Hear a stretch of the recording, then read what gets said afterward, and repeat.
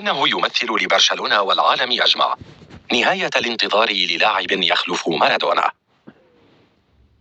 ملخص كتاب ميسي، القصة الحقيقية للفتى الذي أصبح أسطورة.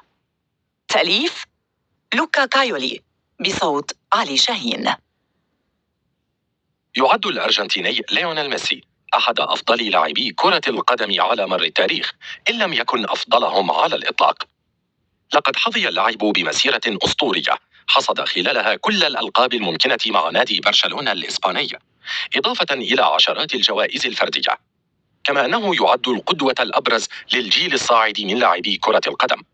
هذا النجاح لم يأتي من فراغ، فهناك عوامل عديدة ساعدت ميسي على التألق وحفر اسمه بحروف من ذهب في عالم كرة القدم.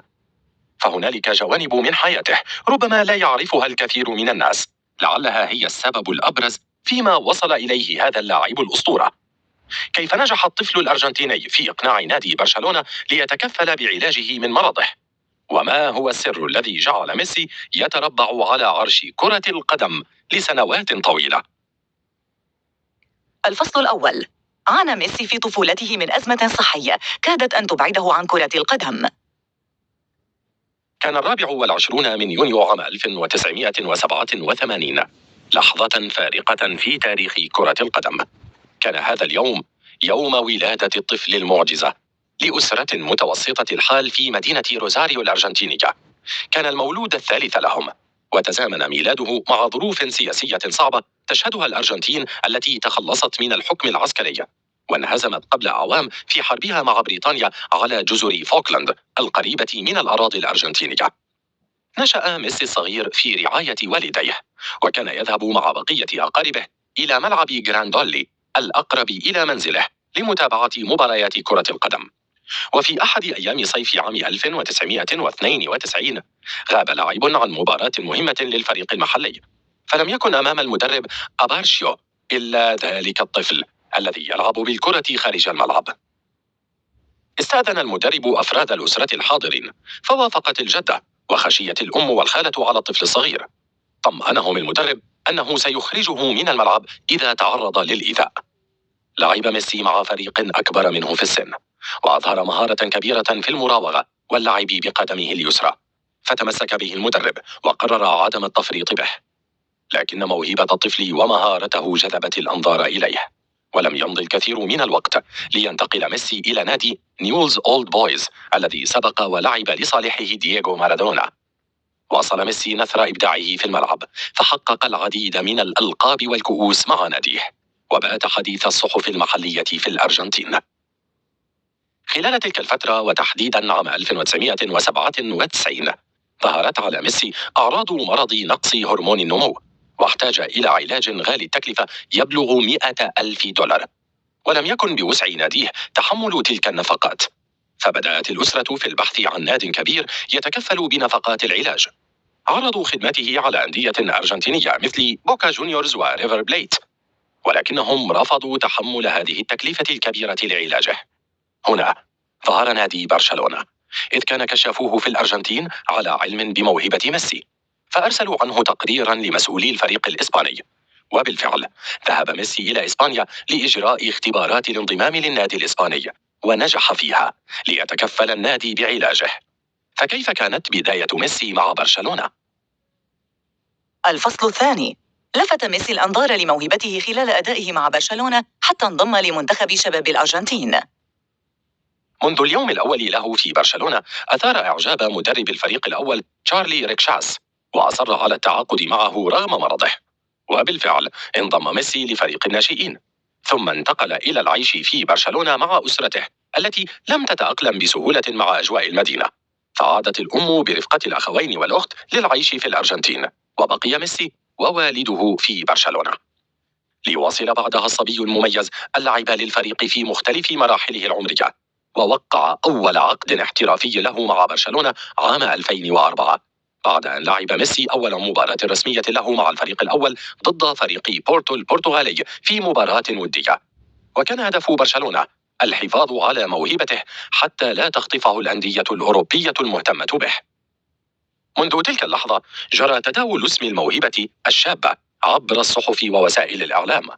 الأمر الذي دفع مدرب منتخب الأرجنتين للشباب فرانشيسكو بانشو إلى ضم ميسي لفريقه حتى يضمن تمثيل تلك الموهبة لمنتخب الأرجنتين مستقبلا.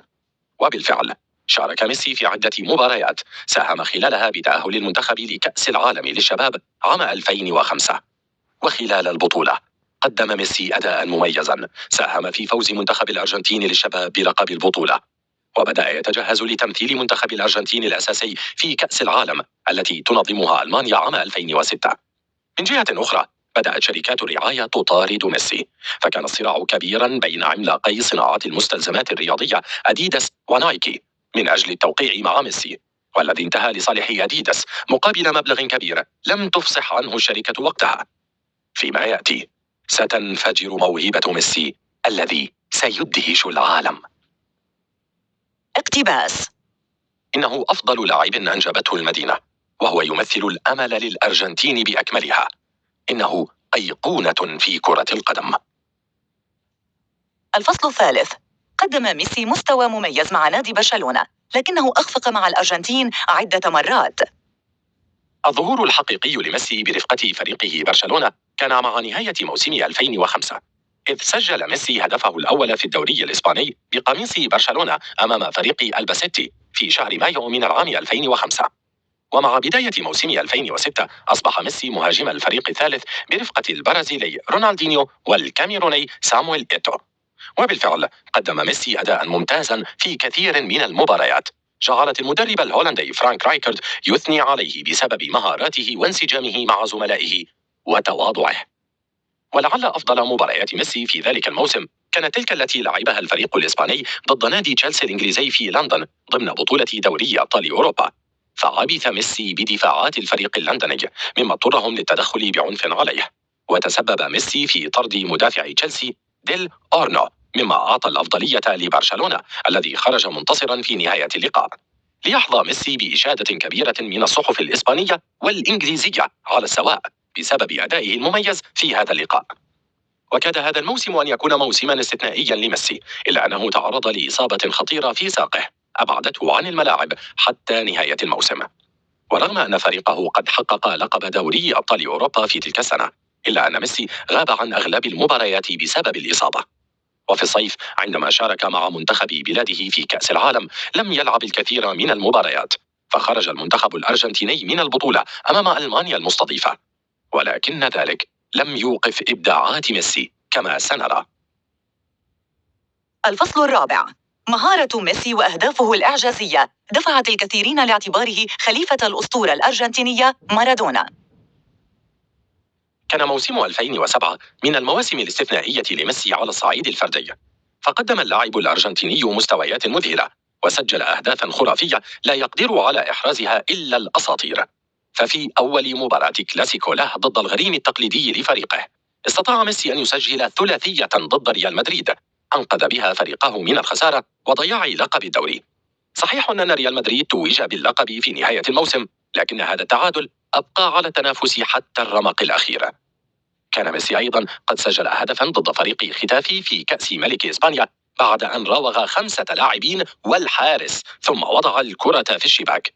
هذا الهدف أعاد للأذهان هدف مارادونا الشهير ضد المنتخب الإنجليزي في كأس العالم 86، وسريعا ما تناول الإعلام لقطة الهدفين وأخذ يقارن بينهما.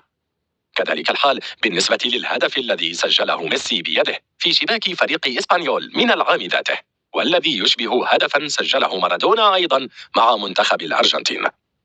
ورغم أن مارادونا يرفض مقارنة أهدافه بأهداف ليو ويرى أن أهدافه أهم من حيث القيمة لأنها سجلت في مباريات كأس العالم، إلا أن الكثير من النقاد والمحللين يرون بأن ميسي هو الوريث الشرعي لدييغو أرماندو مارادونا، وذلك لأن هناك أوجه شبه عديدة بين الاثنين من حيث طريقة اللعب والأهداف الأسطورية، وكذلك البدايات مع المنتخب، إذ لعب كل من ميسي ومارادونا مباراته الأولى مع منتخب بلاده أمام منتخب المجر.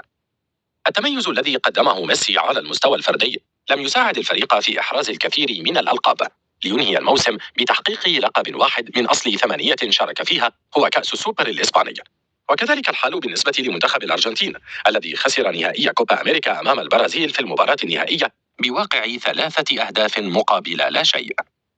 لكن هذا لم يمنع ميسي من المنافسة على الكرة الذهبية التي تقدمها مجلة فرانس فوتبول، وجائزة أفضل لاعب في العالم التي تقدمها الفيفا. صحيح أن البرازيلي كاكا فاز بالجائزتين، لكن ميسي جاء في المركز الثالث في ترتيب الكرة الذهبية والمركز الثاني في سباق جائزة أفضل لاعب في العالم. وكان طريق ميسي نحو الفوز بهذه الجوائز في بدايته.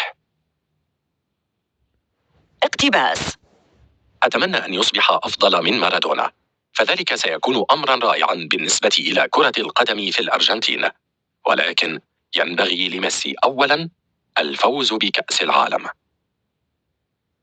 الفصل الخامس: يعد التتويج بذهبية أولمبياد بكين عام 2008 لحظة فارقة في حياة ميسي.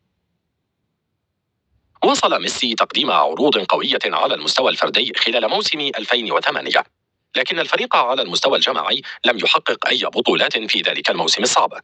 ونافس ميسي بفضل أدائه الفردي على الكرة الذهبية لعام 2008، ولكنه خسر الجائزتين هذه المرة أيضا لصالح البرتغالي كريستيانو رونالدو نجم نادي مانشستر يونايتد.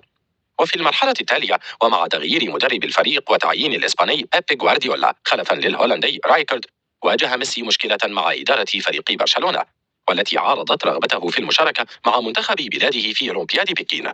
هنا تدخل المدرب الإسباني بيب غوارديولا وسمح لميسي بالمشاركة مع منتخبه، فتألق ميسي خلال تلك البطولة وفاز مع منتخبه بالميدالية الذهبية. وكان موسم 2009 موسما استثنائيا على الصعيدين الفردي والجماعي، إذ حقق برشلونة سداسية تاريخية بفوزه بجميع البطولات الداخلية والخارجية، وفاز ميسي بالكرة الذهبية الأولى له. وتواصلت العروض القوية في موسم عام 2010 ليحقق ميسي الكرة الذهبية الثانية في مسيرته، ورغم أن هناك عددا من الصحف رأت أن ميسي لا يستحق الجائزة لأنه أخفق مع الأرجنتين ولم ينجح في تحقيق دوري أبطال أوروبا مع فريقه، وأن هناك من يستحق الجائزة أكثر منه كزميليه تشافي وإنيستا، وكانا قد حققا كأس العالم، إضافة إلى شنايدر الهولندي الذي حقق 5 ألقاب مع نادي إنتر ميلان الإيطالي، إلا أن ميسي فاز بالجائزة في النهاية. وكان موسم 2011 استثنائيا أيضا ليحقق برشلونة 5 ألقاب، وقدم ميسي موسما كبيرا من حيث التهديف والصناعة استحق عليه التتويج بالكرة الذهبية الثالثة على التوالي، ليصبح بذلك أحد أفضل اللاعبين الذين عرفتهم كرة القدم، إن لم يكن أفضلهم على الإطلاق.